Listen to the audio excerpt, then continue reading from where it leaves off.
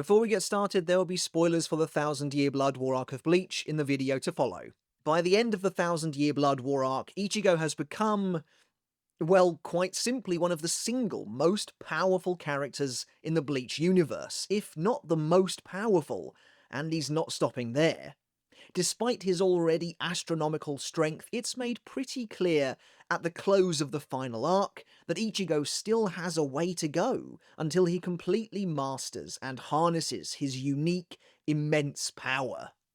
But despite his relative lack of control over Zangetsu, his hollow powers, his Quincy powers, and the turbulent perfect storm their coming together creates, and despite the fact that he's only been using his true Shikai and Bankai for all of, what, a couple of days? Maybe by the time the Thousand Year Blood War arc is over, he's still clearly above and beyond what most characters could ever even hope to achieve. Fast forward 10 years beyond even that, and we find ourselves at the Hell arc, or the beginnings of it anyway. Here, Ichigo is more mature, and perhaps more in control than we've ever seen him before. While we only have the vaguest of understandings of his current power level, his current power situation, it stands to reason that his frankly divine status at this point poses a real problem for the potential Hell arc to come. Is Ichigo simply too powerful now? Is he too strong? This is an Ichigo that has had an entire decade to sit with who he is, what his power really is, and where it comes from. While The Blade Is Me felt like the closing of his character arc, in reality it also acted as the opening of another one. Ichigo's new quest to learn, understand, and master his power, now that he finally knows what it and what he really is. So yeah, this is an Ichigo that theoretically has spent 10 years mastering his true Shikai and Bankai, as well as the combined powers that come with allowing both his hollow and Quincy nature to take root.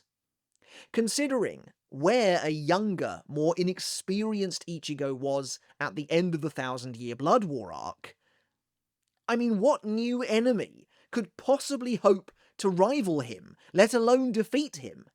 Or, on the flip side of that, if a new enemy force is introduced to challenge Ichigo, then what chance does the rest of the cast possibly have? The power disparity is that great for some of these characters that it feels the margins are growing thinner than ever for those who can actually compete. And so in today's video, I want to take a look at how strong Ichigo should be by the time of the Hell arc, and try and figure out whether or not that might be an issue for any storylines to come. What kind of a role might Ichigo play, and does it even make sense for him to be the main character anymore at this point? And if he is, what room is there for him to still grow in the Hell arc, as every single arc to date has shown Ichigo growing, maturing, and becoming more powerful, unlocking new powers, better powers, stronger powers in some form or another. Where is there left for this character to go? Let's take a look. Before we get started on the video, guys, consider hitting subscribe down below if you haven't done already. Perhaps you're new here, or maybe you just haven't hit that button yet, but if you do, it really does help out, and it does mean a lot. And check out my other channel, Mr. Tomo Talks Games. You can find the link in the description below, or on my channel's main page. We're trying to reach 15,000 subs by the end of the year, and your help in doing so, in reaching that milestone, would be greatly appreciated. So again, if you want to be a part of that final push as well, it would mean absolutely everything to me, and I really would appreciate the support. So, how strong exactly is Ichigo at the end of the Thousand Year Blood War arc? Like I said, even though he's only just learned the truth and origin of his power, he's already performing absolutely incredible feats. This is a guy who, drawing on his experience over countless battles in the past, when facing Yhwach, was able to call forth his hollow powers, specifically by subjecting his Zanpakuto to an onslaught of Quincy Reiatsu, and in doing so unleashed a totally new transformation. Ichigo himself even gives us a glimpse into what the future of his power might look like in this moment, telling Yhwach that since Zangetsu is fused with his power, he'd like to get to the point where he can call them out at will, but since he's not quite there yet, he used Yhwach's own Reiatsu as a trigger. So it's not far-fetched to imagine that a decade into the future from this moment, Ichigo might have reached the point where he can activate the Horn of Salvation form at will, almost like an additional power-up that's exclusive to him as a result of the fact that he, unlike every single other Shinigami, has hollow powers naturally fused with his Shinigami ones. So, on top of Shikai, he also has access to this form as well. And that leaves me wondering something though. Since Ichigo's powers are now clearly defined, and he himself says exist in harmony and balance like never before, we know that the Horn of Salvation is a representation of the fusion of his Shinigami and Hollow powers. But what about his Quincy powers, as represented by Old Man Zangetsu? Interestingly, when Ichigo initially enters his Horn of Salvation state, we explicitly see him sheathing his Quincy blade, as though to imply that his Quincy powers have no influence here whatsoever. So, is it possible then that the opposite is true as well? That he also has access to a separate form that uses those same Quincy powers instead? Almost like an opposite version of the Horn of Salvation, one that takes design elements from Old Man Zangetsu instead. Honestly, that would be kind of awesome to see. But anyway, we're entering speculative territory now. Sticking to what we know, in the Horn of Salvation form, Ichigo is capable of outspeeding Yhwach, and even combining the likes of Getsuga Tensho with Gran Rei Sero, showing that yes, at long, long last, Ichigo is now able to conjure up hollow abilities seemingly at will, something the community had been waiting for him to be able to do pretty much since the Waco Mundo arc, I'd say. Hell, the outlines of a hollow mask even begin manifesting upon his face when he uses the Gran Rei Sero.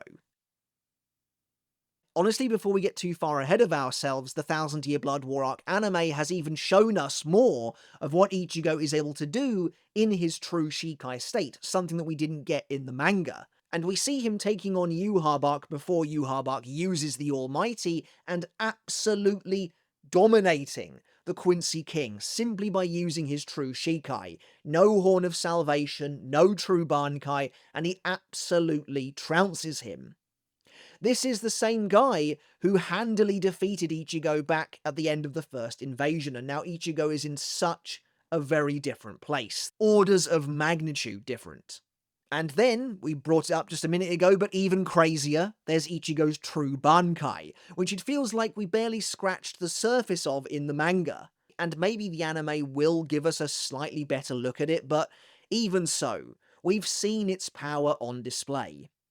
During its first actual use, without being broken, Ichigo's true Tensa Zangetsu was capable of cutting Soul King Yhwach in half and killing him with a single swing with a massive Getsuga Tensho that rent the Quincy in two.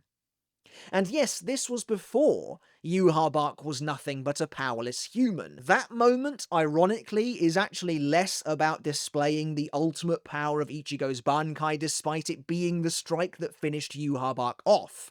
No, it's this first swing that's the one that's worth keeping your eye on. Not only does it kill Yhwach despite him being fully empowered by Reio's spirit energy in that moment, but it does so almost effortlessly. Yes, Ichigo's true bankai essentially wields the raw power necessary to split God in two. And so the scale of the problem we're faced with going into the Hell arc is pretty obvious. Ichigo, even 10 years prior to the Hell one-shot, is already roughly as strong as the closest thing Bleach had to an actual god in the form of Soul King Yhwach. The only thing really that kept Yhwach ahead of Ichigo was the broken ability of the Almighty. But it's clear from the way Ichigo's bankai cleaved Yhwach in two that the boy's inherent raw strength, his spirit energy, his vast, unending well of energy is at least comparable. And that's exacerbated further thanks to additions like Horn of Salvation. Of course, this problem is endemic to the fact that we're now trying to envision an arc that takes place after the flag of the so-called final arc had already been planted. At least as far as Kubo is concerned, this was supposed to be the end point of Bleach, at least until he was motivated enough to create the one-shot. And so, when it comes to that one-shot, well, Ichigo is in an interesting place. He joins the vice captains in the human world to capture a hollow for Ukitake's Konso Reisai ceremony, only for them to suddenly be attacked by a group of strange creatures that, while they vaguely resemble hollows, they also seem to be totally different. Ichigo takes out the first one with a single, effortless swing, but wait, what's going on with Ichigo's Zanpakuto? 10 years on from the end of the Thousand Year Blood War arc, Ichigo's Zangetsu appears to have changed again. Now he simply wields a single blade that resembles his original fake Shikai, for simplicity's sake. Kubo revealed in Club Outside that this Zanpakuto that we see in the Hell chapter is the fusion of Ichigo's sword and sheath, two components that make up every single Zanpakuto without fail. Every single Shinigami aside from Ichigo simply has an orthodox sheath of some sort, even if it's a slightly weird one, like, say, Yamamoto's cane. Ichigo, however, has never had that. Even as far as the Thousand Year Blood War arc, we see he is sheathing his Zanpakuto by simply wrapping it in bandages. Although there definitely does appear to be some form of actual sheath.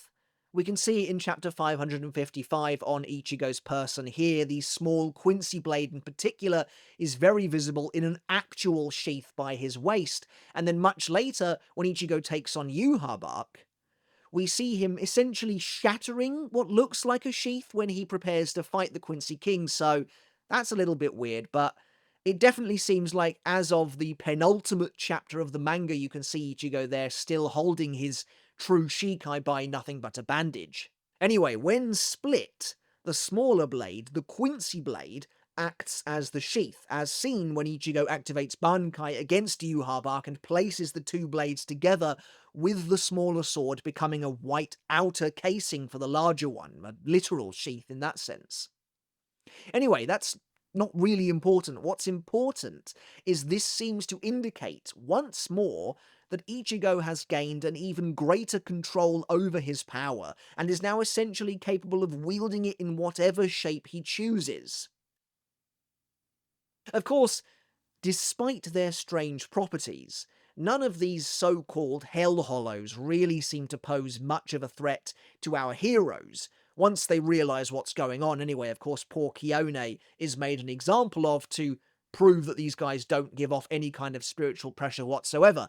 But things get weird once Xyloporo appears, rising up from one of the toothy doorways to hell in order to confront Renji. Now, while we know and understand Xyloporo's strength pretty well from his time as an Espada, things are very different now. And as a jailer of hell, it seems totally possible that his strength has been massively increased, while also changing up what abilities are available to him. Is he even fundamentally a hollow anymore?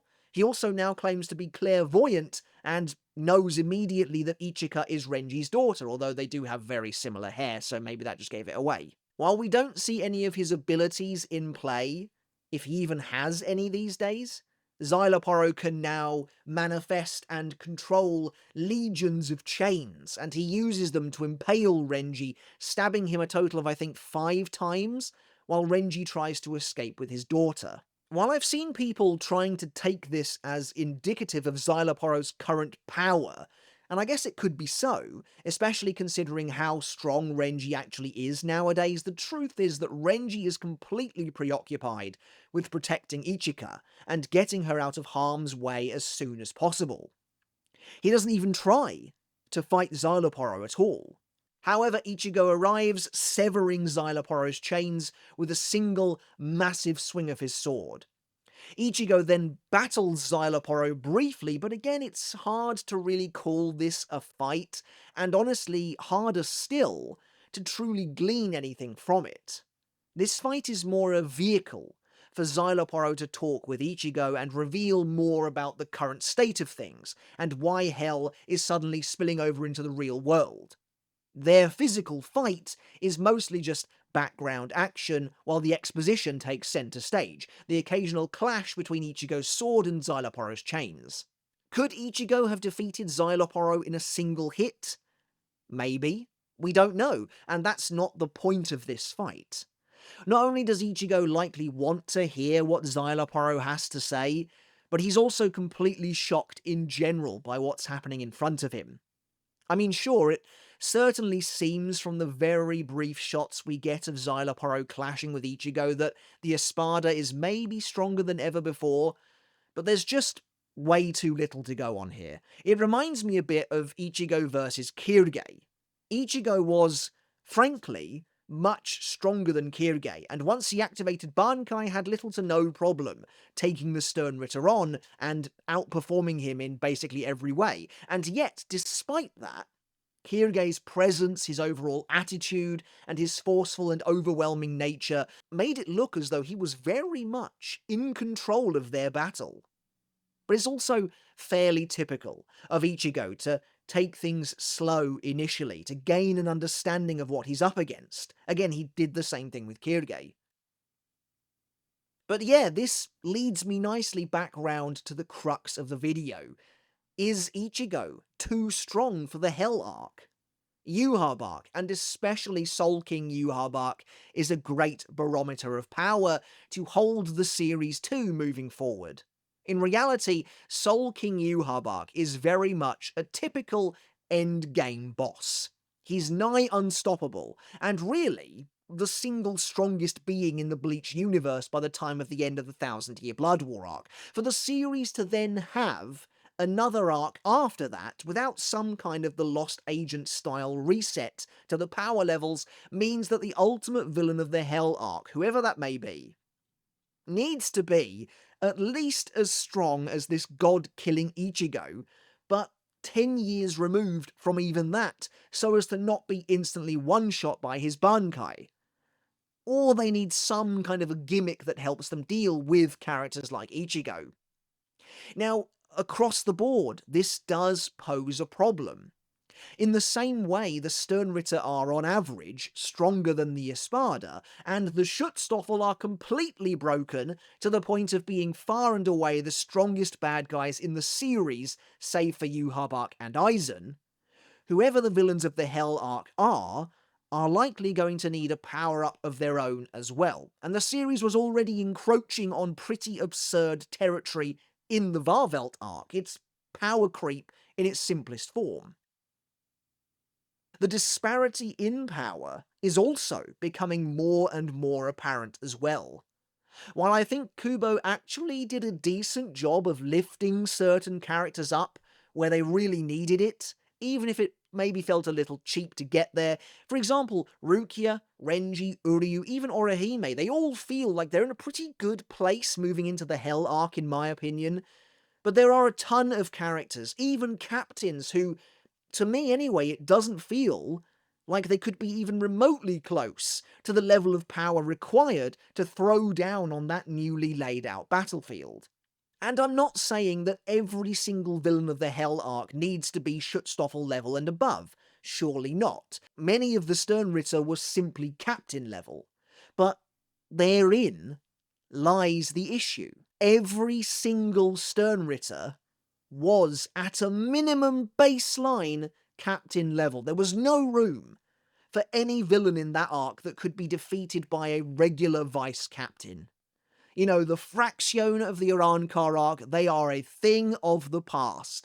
We no longer have time for that. The stakes need to be higher. And so the baseline level of power for a villain in the arc goes from vice captain to captain. And so what does that mean for the arc beyond that? And again, you know, characters that were duking it out with the Schutzstaffel. We're talking Kyoraku, Mayuri, Hitsugaya, Kenpachi, Byakuya, and Kisuke, for example, Yoruichi, are going to trample villains who are average Sternritter level and below. I mean, it was already happening in the Thousand Year Blood War arc. Characters like Byakuya and Kenpachi were wiping out numerous Sternritter without breaking a sweat. Now we are 10 years along from that, and looking for new villains to take up the mantle. For Ichigo's strength to not be a real issue, and for him to not adversely affect the balance of power in the story as it currently stands, he would really need to be utilized in almost the exact same way he was during the Thousand Year Blood War arc. Which is to say, he rarely ever fought one of the Sternritter properly, especially after the Blade is Me. His target was always Yhwach himself, or there is some kind of mitigating factor. Even in the Thousand Year Blood War arc anime, in his new battle against Uryu, it's pretty obvious that Ichigo isn't really trying whatsoever.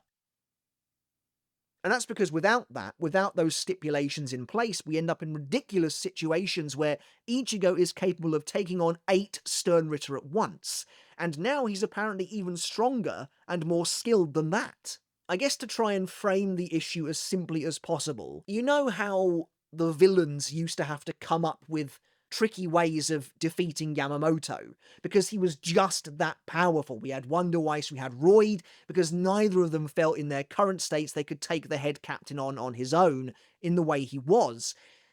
Imagine that, but Yamamoto is the main character of the entire story now, and so has to fight someone. He has to have fights throughout the series. It's a baseline expectation. And that's kind of what we ended up seeing in the Thousand Year Blood War arc. Ichigo's battle with Kirige was a pretty normal battle for him, and yet after he gained his true powers, after he unlocked his true Shikai, Ichigo's fights in that arc became sporadic and weird at best. He's taking on all of the Bambis at once and absolutely destroying them. He's taking on 8 Sternritter at once and isn't even remotely bothered. And then he's fighting Yhwach and being turned into a rug by Askin, but, keep that on the down low. And that does bring me to another question that we brought up earlier in the video, which is, where does Ichigo go from here in the Hell arc, if anywhere? Maybe this is the one arc of Bleach where he doesn't get a significant power-up. And actually, that's kind of interesting to imagine, because obviously the major arcs of Bleach so far have all revolved around one of the main races of Bleach. You've had the Soul Society arc being Shinigami, the Urankar arc being Hollow, the Fullbringer arc being Human, and the Thousand Year Blood War arc being Quincy. And of course, those 4 components make up Ichigo. It's a huge meme that Ichigo gets a new power from each of the races that he ends up fighting, but ultimately it does all make sense. It all coalesces to make the character of Ichigo. That's who he is. The entire point of his character is that he is a perfect hybrid. What happens when we get to the Hell arc and Ichigo is fighting, denizens of Hell, with whom he shouldn't have any real connection?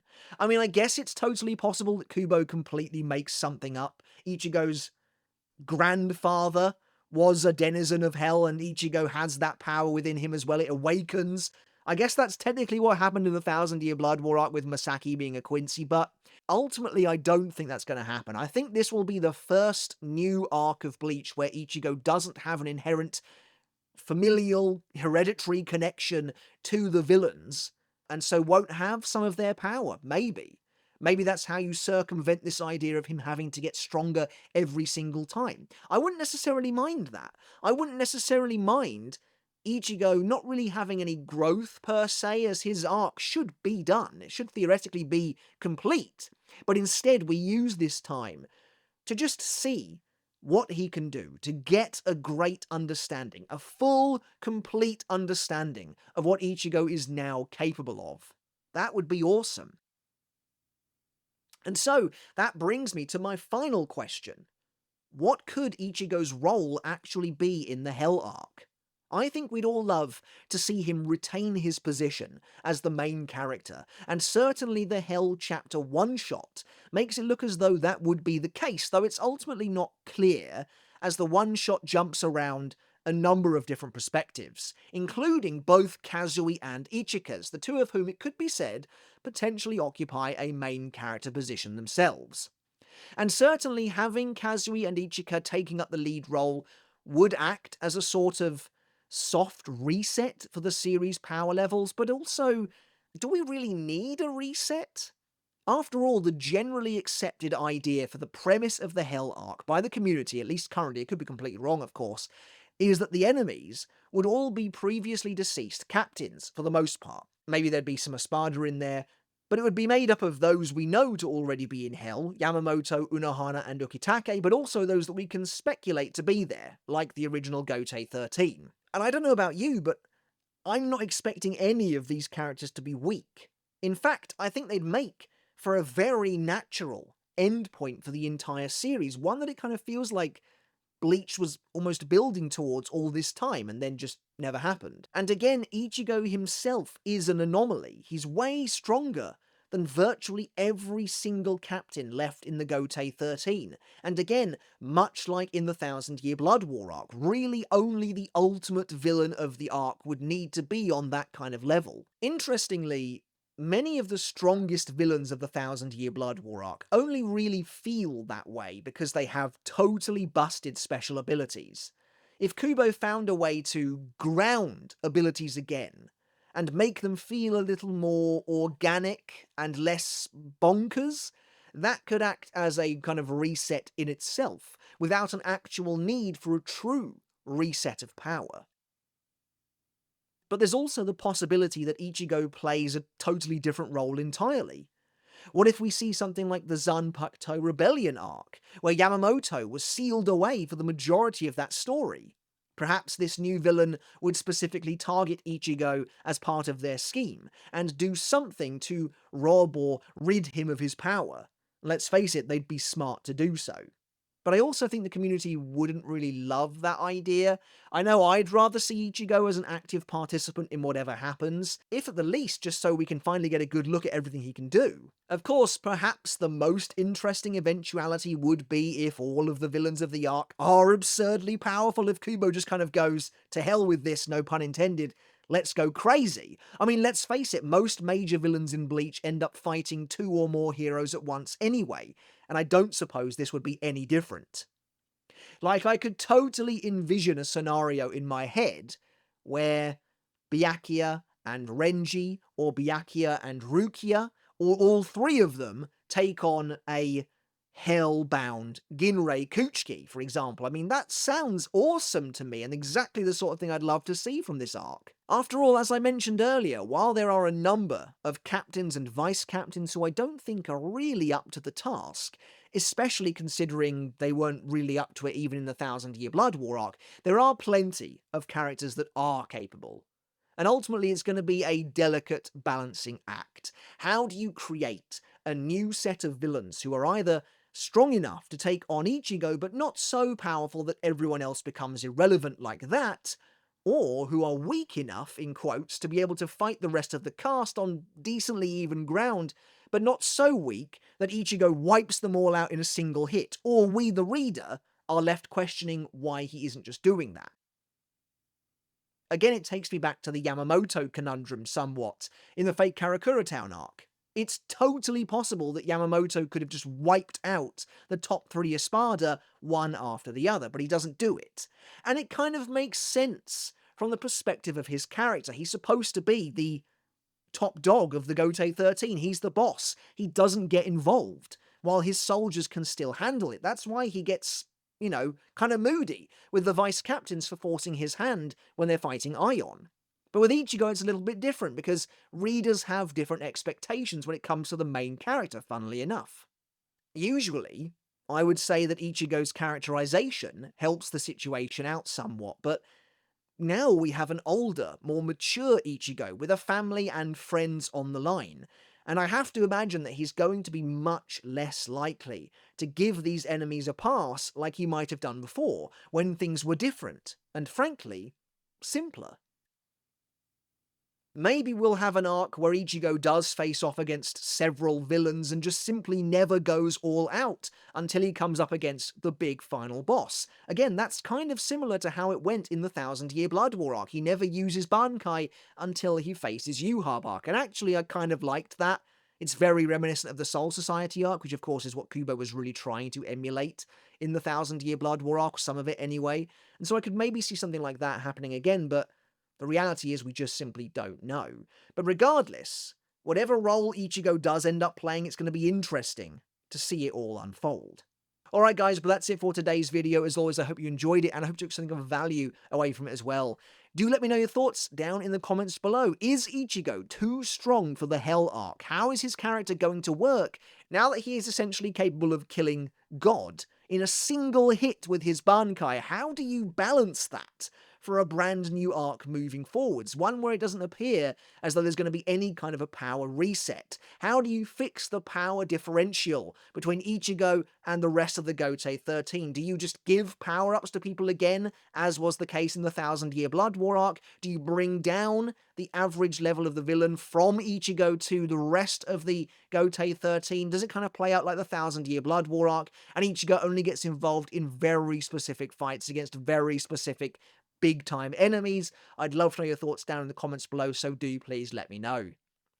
Alright everyone, once again, thank you so very much for watching. Remember to hit subscribe if you enjoyed this video today. Check out my other channel, Mr. Tomo Talks Games, and consider hitting subscribe over there as well. Also, a massive and everlasting thank you goes out to everyone supporting me over on Patreon. I really do appreciate each and every one of you so very much. You can find the link to my Patreon in the description down below if you want to help support the channel that extra step further, to get your name in the credits just like this, and to get every video absolutely free of YouTube ads. Alright everyone, until next time, I'll catch you later, and I'll see you then.